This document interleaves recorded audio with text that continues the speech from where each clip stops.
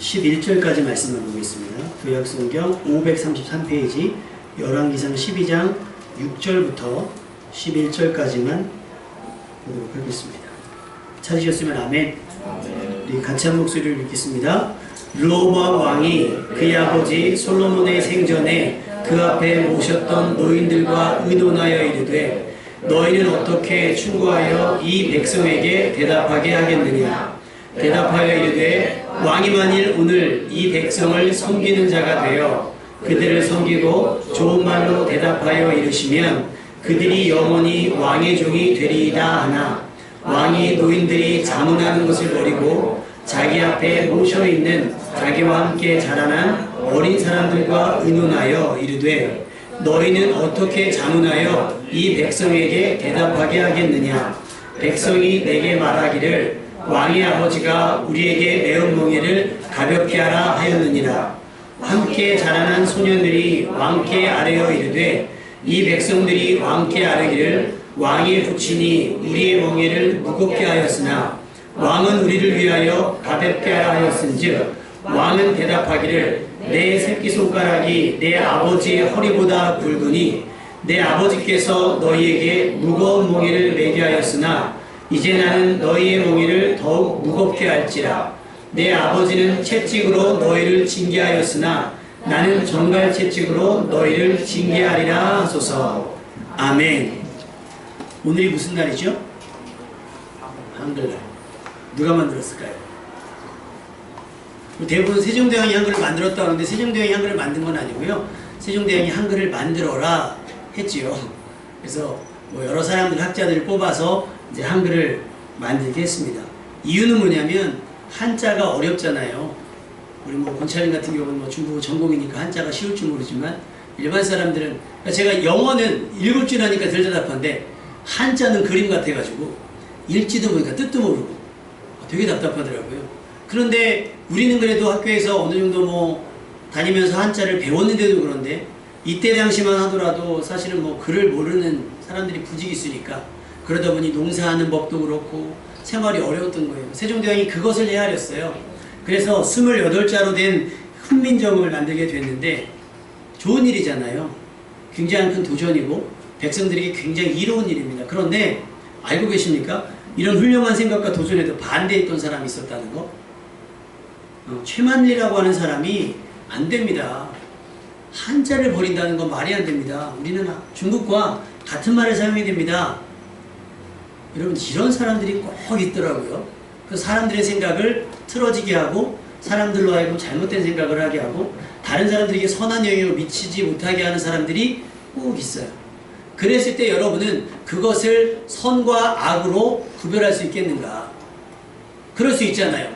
중국의 힘이 막강할 때 우리가 그 한자를 버리는 건 위험한 일입니다. 중국이 도발할 수 있습니다 하면 그럴 수 있어요. 근데 세종대왕은 그거에 개의치 않았습니다. 사람들의 생각이 전부 같을 수는 없어요. 그래서 사람들은 항상 어느 정도의 긴장과 갈등 속에서 살아가게 됩니다.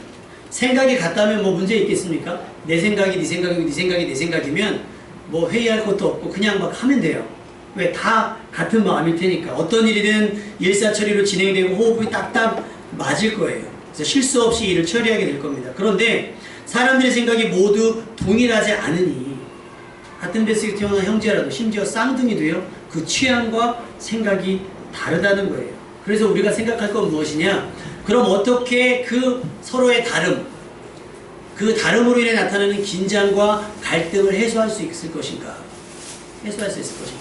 운전을 하고 가다 보면 그것도 되게 별거 아니잖아요. 오른쪽으로 가든 이쪽으로 가든 또 내비게이션마다 지시하는 길이 다르거든요. 그럼 조수석에 탄 사람은 또 달라요.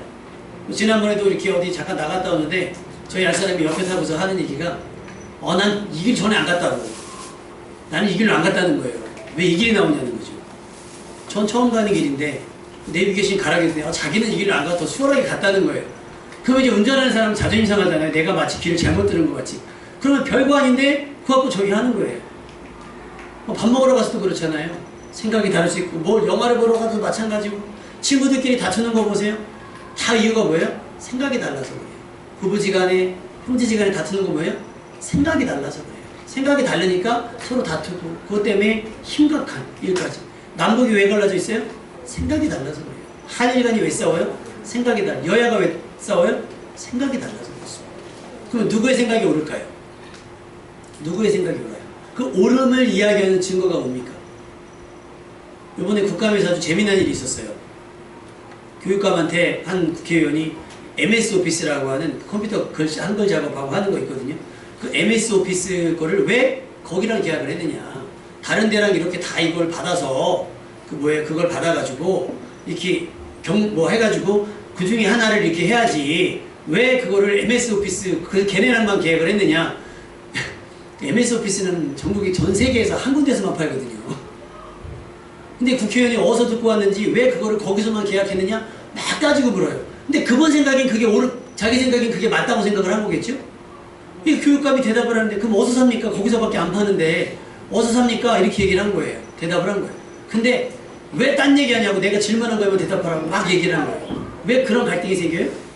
각자가 자기의 생각이 옳다고만 이야기하니까 그런 갈등이 생기는 겁니다. 여러분 어떻게 그 생각의 차이를 극복해낼 수 있겠습니까? 어떻게 그 생각을 한 생각으로 맞춰갈 수 있겠습니까? 그래서 사람들은 대화라는 걸 하는 겁니다. 아이들이요 말이 안 되니까 뭘 해요? 울잖아요. 우리 지훈이 왜 울어요? 자기 상태를 설명할 수 있으면 안 울어요. 그죠? 자기 상태를 설명하죠. 예를 들면 우리 저기 창훈이가 뭐 밥 달라고 그러는데 막 울어요. 일단 울어요? 막 울어요. 왜 그래? 그럼 이거 해줘 저거 해줘 막 울어요. 밥 주니까 뚝 붙여요? 이거는 언제? 1살, 2살 때 상태가 말을 모를 때 대화가 안 될 때 직장 가서 뭘로 합니까? 막 야단치면 막 울어요? 도와주기 막 울어요? 설명하잖아요. 대화라는 걸 해요. 대화하면서 간격을 좁혀나가는 겁니다. 근데 아이들은 아직 말을 모르니까 막 하는 거예요. 그럼 엄마들도 컨디션에 따라서 그 상태를 알아볼 수가 있고 근데 엄마도 분주하고 그러면 모르니까 일단 좁혀져. 그만하라! 막 하면서 한다. 지금도 우리 지훈이 막 계속 나갔다 들어왔다 하잖아요. 말을 쟤는 말을 아직 못하니까. 못 알아들으니까. 답답하니까 그런 거예요. 대화를 통해서 하는 겁니다. 그래서 대화를 통해서 그 사람의 생각과 그 사람의 감정과 그 사람들의 상황과 우리가 어떻게 할 것인가를 조금은 조율해 나갈 필요가 있는 겁니다. 그래서 잠언은 우리에게 얘기합니다. 잠언서 15장 22절 의논이 없이 세워진 계획은 실패하지만 조언자들이 많으면 그 계획이 이루어진다. 할렐루야. 그러니까 여러분 주변에 여러분을 위해서 진심으로 조언하는 사람들이 많이 있으면 그 인생은 실패할 확률이 많지가 않아요. 그런데 조언자가 없거나 그 조언을 듣기 싫어하면 그걸 성경은 뭐라고 얘기하냐면 미련한 자라 그래요. 그러니까 미련한 자하고 친구하지 말래요. 왜? 걔는 반드시 화를 당할 거니까. 그 미련한 자가 누구냐? 말을 듣지 않는 사람. 훈계를 듣지 않는 사람. 잘못한 걸 지적하면 싫어하는 사람을 미련한 사람이라고 얘기해요. 성경은 그렇게 얘기합니다.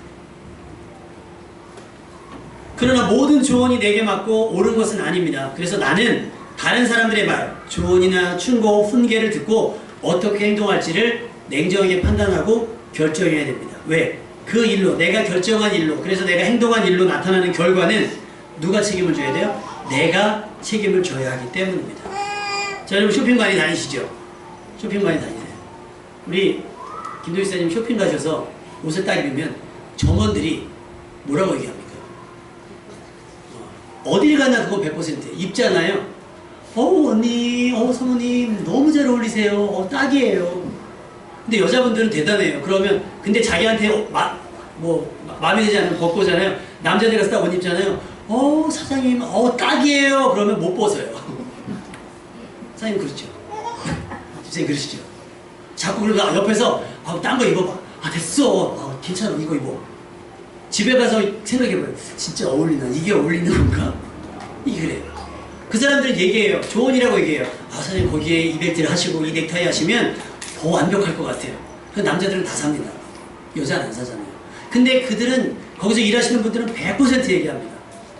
너무 잘 어울리세요. 어디 가서 옷가게 했는데 사장님 별론데요. 이상한데요. 이런 게 거의 없어요. 악세사리 사러 나가요. 딱이에요. 너무 이뻐요. 빛나세요. 다 그러지 별로라고 얘기하는 사람 하나도 없어요. 왜요? 목적이 뭐니까? 팔아야 되니까. 속으로는 정말 이상한데도 정말 이상한데도 잘 어울린다고 얘기해요. 근데 우리는 그 조언을 그 이야기를 듣기 좋아합니다. 별로야, 야, 잘 안 어울려, 이런 얘기 되게 싫어해요. 내 돈 내고 내가 사는데 잘 어울릴 수도 있고. 그래서 그 사람들은 그것을 우리에게 맞게 설명을 하고 이해를 해주는 거예요. 뭐를 사러 가면 정말 좋은 걸 우리에게 소개시켜 줄까요? 아니면 마진 많은 걸 소개시켜 줄까요? 마진 많은 걸 소개시켜 주겠죠. 그래서 마진 적은 거는 안 갖다 놔요. 아예 마진 많은 걸 갖다 놓죠. 잘 생각해 보세요. 그리고서 그들은 좋은 거라고 얘기합니다. 왜? 절대로 단점 얘기하지 않습니다. 절대로 부족한 거 얘기하지 않습니다. 이거의 장점만 이야기해요. 왜? 팔아먹어야 되는 목적이 있기 때문이에요.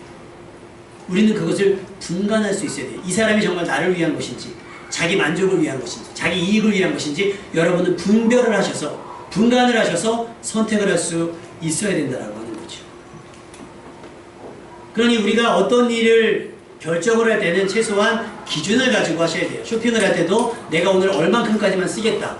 내가 바지만 살 거면 바지만 사보겠다. 근데 하다 보시면 바지 사면 바지에 맞는 웃돌이 사야 되고, 웃돌이까지 사면 거기에 맞는 액세서리 사야 되고, 그러니 월급은 들어오자마자 싹 빠져나가는 거예요. 뭐가 없으니까, 기준이 없으니까. 그래서 쇼핑하기 전에 식사를 하고 가면 충동구매를 덜 한다는 연구 결과가 나왔습니다.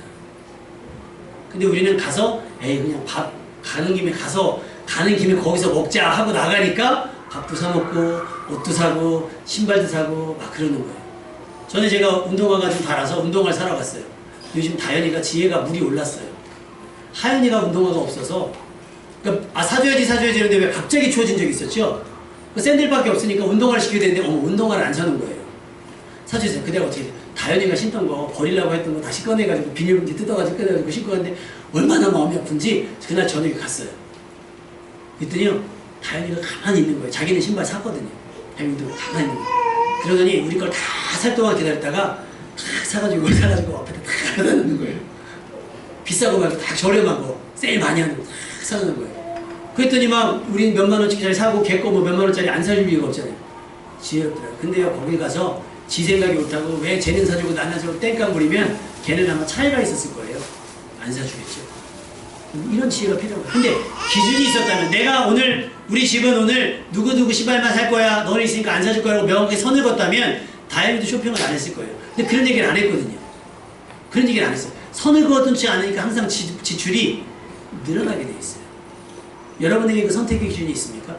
걸러들의 망이 있냐는 얘기예요. 뭐든지 다 그 말이 맞구나가 아니라 걸러들을 수 있는 걸음망이 있냐는 거죠.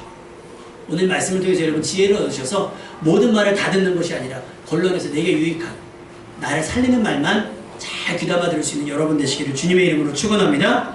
오늘 말씀에 르호보암이 주인공이에요. 르호보암은 누굴까요? 솔로몬 왕의 아들입니다. 솔로몬 왕이 죽고 대신하여 르호보암이 왕이 됐어요. 자, 그러면 솔로몬에 대해서 여러분 무엇을 대표적으로 알고 계십니까? 솔로몬 하면 생각나는 거, 지혜. 이거는 교회 안 다니는 사람도 다 알아요. 그래서 심지어 컴퓨터 가게에서도 우리나라 처음에 컴퓨터 나왔을 때 컴퓨터 이름이 솔로몬이 있었어요. 솔로몬. 대우 솔로몬. 컴퓨터 이름이 솔로몬이었어요. 왜? 솔로몬이 지혜로웠다는 사실은 전 세계가 이미 다 알고 있는 거예요. 그래서 우리가 기도할 때도 솔로몬의 지혜를 주옵소서라고 기도하는 거예요. 그러니 그 솔로몬과 함께 일했던 사람들은 얼마나 총명하겠어요. 얼마나 기회가 좋았겠어요. 또 반대로 솔로몬의 아들이라고 하는 것이 얼마나 복된 일입니까? 일단 왕의 아들이었다는 게 엄청난 일이고요. 그때 하필이면 또 지혜의 왕이 났다는 사실이 얼마나 그 유전적인 영향이 컸을까라고 하는 거죠. 그러니 르호보암이 왕이 됐을 때 얼마나 많은 사람들이 그 아버지의 그 아들로 선망하면서 기대했을까요? 르호보암이 왕이 되자 예전에 솔로몬이 왕이었을 때 대적했던 여로보암이라고 하는 사람이 있었어요. 근데 솔로몬이 죽이려고 하니까 도망갔었거든요. 근데 솔로몬이 죽고 르호보암이 왕이 되자 이제 그 여로보암과 이스라엘 백성이 르호보암 왕 앞에 나옵니다. 그래서 뭐라고 얘기하냐면, 왕이 되셨는데 왕 아버지께서, 솔로몬 왕께서 우리에게 너무나 많은 일들을 시켜서 우리가 너무 힘들었습니다. 그러니 그 멍해를, 그 수고를 조금 덜어주면 안 되겠습니까? 이게 뭐냐면 부하 직원들이 너무 힘드니까 사장님 찾아가서 사장님 일을 좀 줄여주시면 안 되겠습니까? 너무 힘들어요. 죽을 것 같습니다. 이렇게 얘기한 거예요. 그러자 르호보암이 뭐라고 얘기하냐면, 그럼 나에게 3일간의 시간을 다오. 내가 너희에게 대답을 해주겠다. 내가 앞으로 이 왕으로서 어떤 일을 할 건지 너희에게 설명을 해주겠다고 3일간의 시간을 딱 얻습니다. 그리고 그 3일 동안에 어떤 일을 하냐면 르호보암이 솔로몬 왕 때에 같이 정치를 했던 원로들 있죠. 원로들을 불러서 물어봅니다. 이스라엘 백성이 이 멍에를 가볍게 해달라고 하는데 원로들의 생각은 어떻습니까? 라고 물어봐요. 그때 원로들이 이렇게 대답합니다.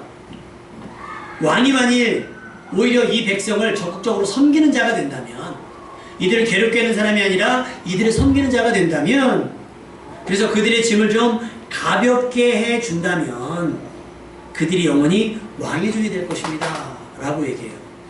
이해되셨죠? 그런데 르호보암이 그 얘기를 듣고 나서 그럴까? 내가 그래도 왕인데, 내가 왕인데 백성을 섬겨야 할까? 라는 고민에 빠지면서 한 부류를 더 부릅니다.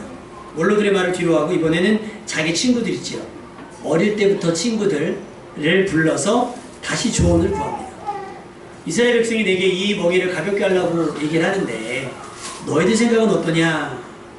라고 묻자 왕과 함께 지냈던 사람들은 이렇게 대답합니다. 이 백성들이 왕께 하라기를 왕의 부친이 우리의 멍에를 무겁게 하였으나 왕은 우리를 위하여 가볍게 하라 하였은즉 왕은 이렇게 대답하십시오. 내 새끼손가락이 내 아버지의 허리보다 굵다. 그러니 내 아버지께서 너희에게 무거운 멍에를 매게 했지만 이제부터 나는 너희의 멍에를 더욱 무겁게 할 거다. 네 아버지는 너희를 채찍으로 징계했으나 나는 전갈 채찍으로 너희를 징계할 것이다. 다시 말하면 쉽게 설명하면 까불지 마. 이것들이 아주 그냥 살만하니까 기어오르네.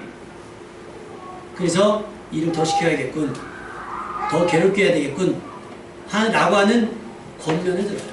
친구들 얘기. 근데 여러분 생각해보세요. 원로들은 지혜의 여왕 솔로몬의 판결과 그의 지혜를 보고 배운 사람들이에요. 그죠? 친구들은 왕의 친구들이니까 뭐 이제 천민계급이었겠어요? 사회적 지위가 높았던 사람들이에요. 소위 말해서 우리가 말하는 금수저들이에요. 예전에 어떤 CF가 하나 나왔어요. 젊은이가 도전하면 됩니다. 그래서 어떤 사람, 이 사람은 뭐 대학교를 중퇴했습니다. 성적이 올해프가 나서 대학교를 중퇴했습니다. 미국으로 유학을 갔습니다. 근데 유학을 갔는데도 또 적응하지 못해서 학교를 그만뒀습니다.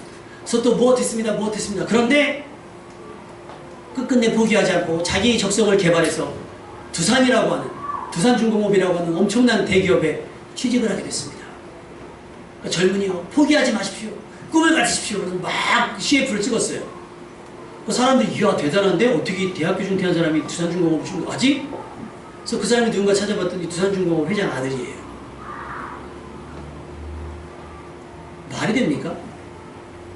그러니 그 친구가, 두산중공업 친구가 주변 친구들에게 뭐라고 얘기하고 다니겠어요? 야 대충 살아. 니네는 해도 안 돼. 결국 아버지 빼기요. 아버지 빼기 없으면 아무것도 안 된다. 얼마나 세상 사람들을 쉽게 생각하고, 얼마나 세상 사람들을 우습게 생각하고, 얼마나 세상 사람들을 학대하는 걸 아무렇지도 않게 생각하겠냐는 거예요. 보세요. 1년에 일어나는 일들 보세요. 얼마나 세상 우리를 하찮게 여기는 사람들이 많습니다. 누가 그래요? 왕의 친구들이 그래요. 그러니 이 사람들이 고통당하는 거 이 사람들 몰라요. 얼마나 아픈지 몰라요. 그러니까 야 얘네들 이거 아주 일할만 하니까 아주 그냥 여유가 넘치니까 지금 반항한다? 더 눌러야 돼. 더 괴롭혀야 돼. 이런 얘기를 하는 거예요. 르호보암 왕은 어떤 결론을 내렸을까요? 3일 뒤에 이스라엘 백성들을 불렀습니다. 3일 만에 여로보암과 모든 백성이 르호보암 앞에 나왔으니 왕이 말하기 시작합니다. 포악한 말로, 거칠게, 세게, 강하게 백성에게 대답합니다. 노인들의 자문, 원로들의 자문을 버리고 하는 얘기가 나는 너희의 멍에를 더 무겁게 할 것이고 정갈 채찍으로 너희를 징계할 거다. 까불지 마라. 어쩌면 르호보암의 마음은 진작부터 이럴 마음이었는지 모르겠어요. 내가 왕이 되면 하고 싶은 게 많을 거 아닙니까? 돈이 생기면 하고 싶은 게 많을 거 아니에요. 권력이 생기면 하고 싶은 거 많지 않겠어요? 그러니 원로들의 말을 버리고 친구들의 생각을 따르는 것이 그의 생각이었을 거예요. 만약에 그렇지 않았다면 르호보암은 정말 생각 없이 자란 아이예요. 솔로몬은 실패한 왕입니다. 정치를 잘했으면 뭡니까? 막판에 솔로몬 왕도 여호와의 말을 버렸어요. 우상을 숭배했습니다. 자식의 교육도 망쳤습니다. 그럴 수 있죠. 왕이니까 뭐 선정을 베풀든 악정을 하든 왕의 마음이었을 겁니다. 그런데 그 결과, 원로들의 말을 버리고 친구들의 말을 선택한 결과는 어떻게 했냐면 이스라엘이 북이스라엘과 남유다로 쪼개지는, 분단하게 되는, 갈라지게 되는 아주 안타까운 역사를 만들고 말았습니다. 하나님께서 르호보암에게서 이스라엘을 빼앗아서 10지파를 여로보암에게 주었어요. 그리고 유다 지파 한 지파만 남겨뒀어요. 그것도 르호보암이 이뻐서 그런 게 아니라 다윗과 한 약속 때문에 등불이 꺼지지 않도록 나를 섬기는 이스라엘 백성을 남겨두기 위해서 르호보암에게 맡긴 겁니다. 그나마. 그래서 유다 지파와 베냐민 지파 두 지파만 남유다가 형성되고 나머지 10지파는 북이스라엘이 돼서 여로보암이 왕이 되고 르호보암은 쫓겨가듯이 도망쳐서 간신 유다 지파의 왕으로 남습니다.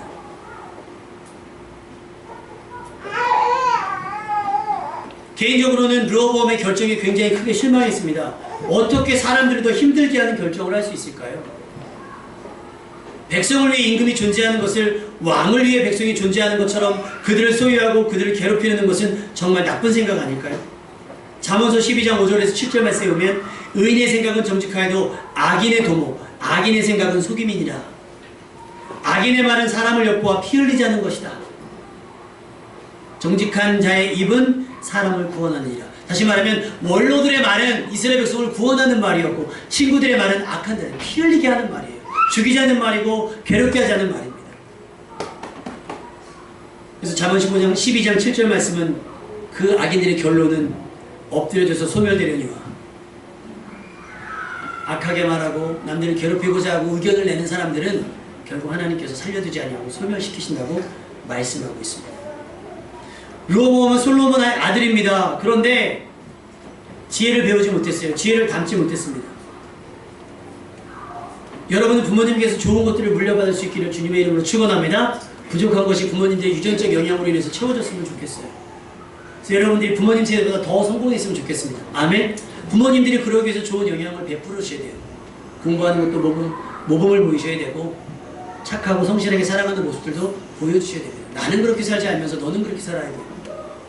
근데 제가 아는 목사님께서 맨날 쓰는 말씀, 개가요, 꽃게가 옆으로 걸으면서 자식들한테 그런다잖아요. 옆으로 걷는 자식들한테 야 똑바로 안 걸어? 그래서 이렇게 걸어야지. 그냥 아빠 보고 그 아빠게 보고 똑같이 걸어가는데 자꾸 옆으로 거니까 이 자식 봐라 이렇게 걸으라니까. 아이들은 여러분을 닮습니다. 여러분이 좋은 것만, 그래서 여러분이 했던 실패를 자녀들이 실패가 되지 않도록 좋은 것, 여러분이 여러분을 성장시키고 여러분이 여러분을 변화시키셔서 자녀에게 좋은 것을 대물림할 수 있기를 주님의 이름으로 부탁을 드립니다. 그러면 엎으시는 중에 다윗 때문에 유다 지파가 남나지였던 것처럼 여러분 때문에 자녀 세대에 버틸 수 있는 은혜가 허락되어집니다. 아멘. 그걸 누가 줘요? 아이들이 힘을 얻는 것이 아니라 여러분이 물려주는 거예요.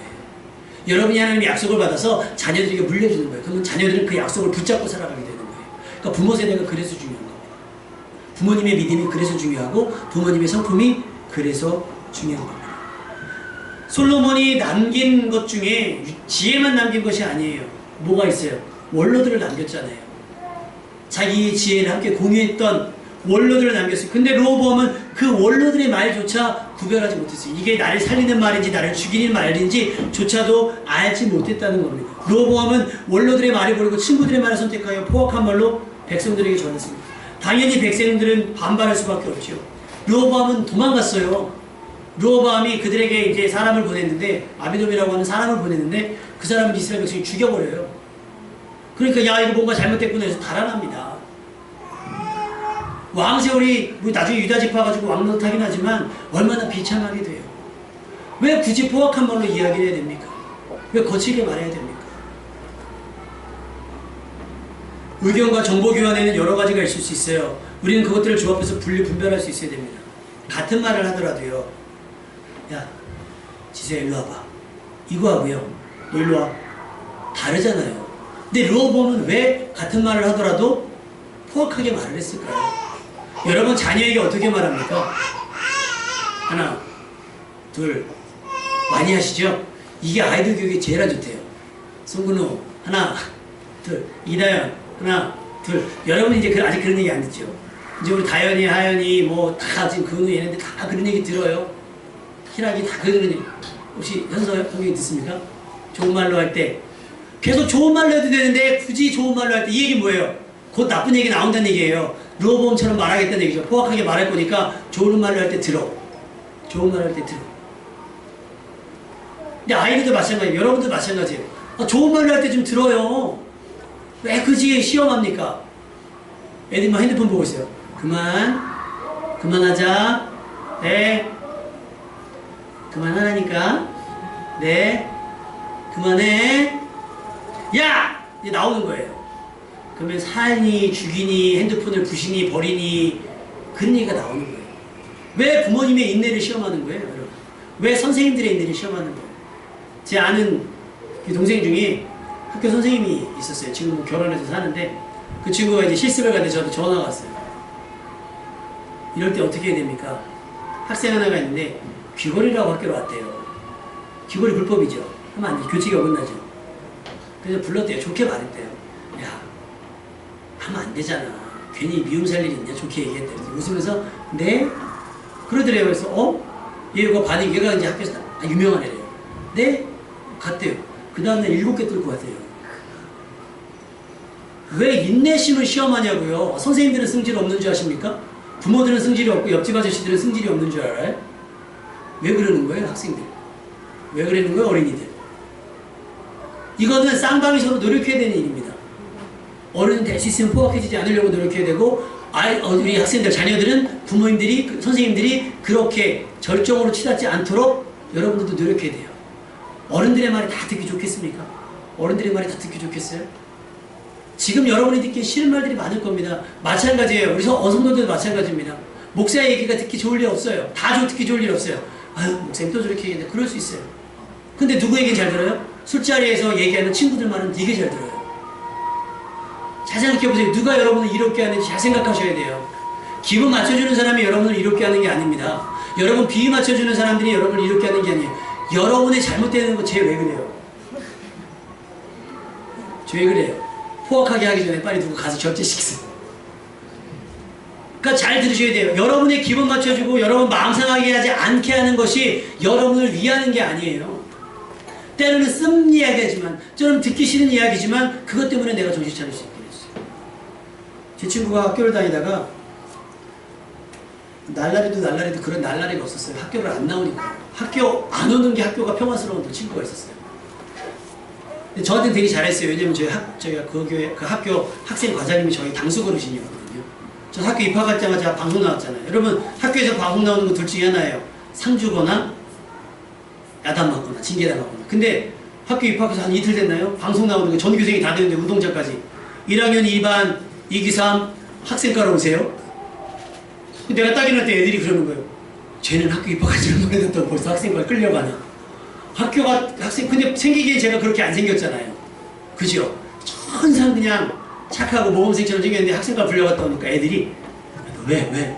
너 놀았어? 막 아니 그냥 그런 일이 있었는데 그랬단 말이에요. 이 분위기가 막 하죠.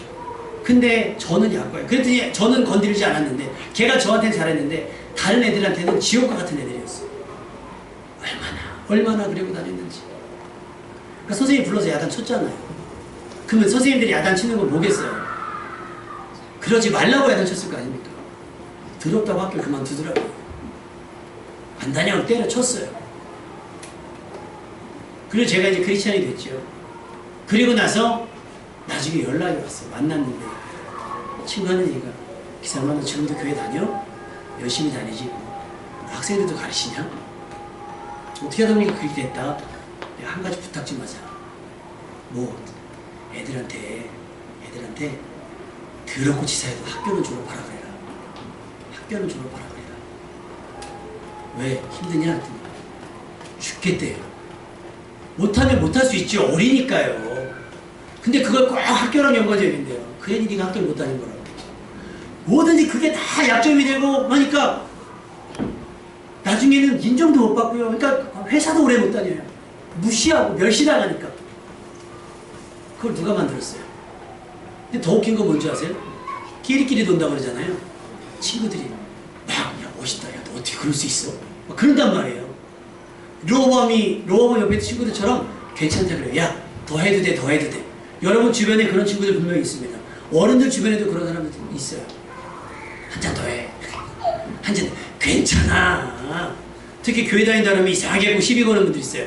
야, 누가 나 아는 집사님이 있는데 그 집사님도 술 마시더라. 괜찮아 하시는 분들도 있어요. 괜찮긴 뭐가 괜찮아요? 그거요, 사단의 악마의 속삭임입니다. 괜찮긴 뭐가 괜찮아요? 여러분 인생 망치는 길입니다. 알코올 중독자들한테 물어보세요. 처음부터 말로 술 마셨는지. 그 한 잔으로 시작된 겁니다. 한 잔으로. 괜찮아. 괜찮아. 하나도 안 괜찮아. 하나님 편에서 하나도 안 괜찮아요. 죽습니다. 더 해도 돼. 누가 그랬어요? 르호보암의 친구들이 그랬잖아요. 더 해도 된다 그러고요. 그러다 나라가 쪼개졌어요. 궁금해요. 이 르호보암의 친구들 어떻게 됐을까요?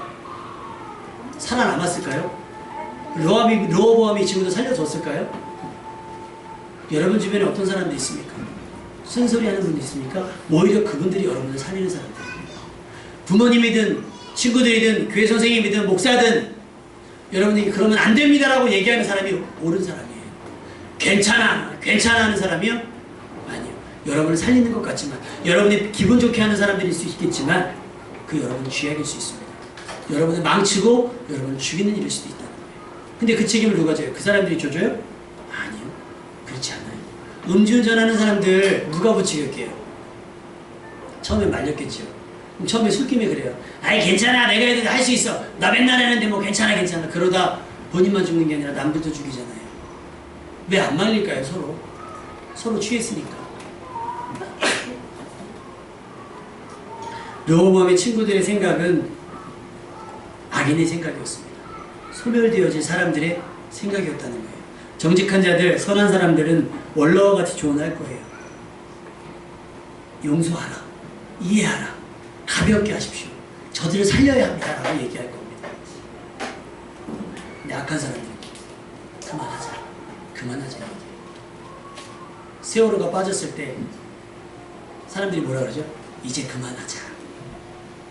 그렇다고 죽은 애들이 살아 돌아오지 않아요. 그렇게 얘기하는 사람들 많아요. 성경을 기준으로 하면 그런 사람들이 악한 사람들입니다. 먼저 해야 될 것은 뭐냐면요, 그걸 하거나 안 하는 문제가 아니에요. 그렇게 어느 날 갑자기 자식들이 있는 사람들의 마음을 위로하는 게 먼저입니다. 이번에 물대포 계속 뉴스에 나오지요? 부검하려는 이유가 뭐냐면 경찰청장 무죄 만들려고 지금 부검하자고 하는 얘기거든요. 서울대 병원에서 이미 그분 외압으로 인한 출혈로 인정하고 보험을 청구했어요. 근데 병사라고 얘기하잖아요.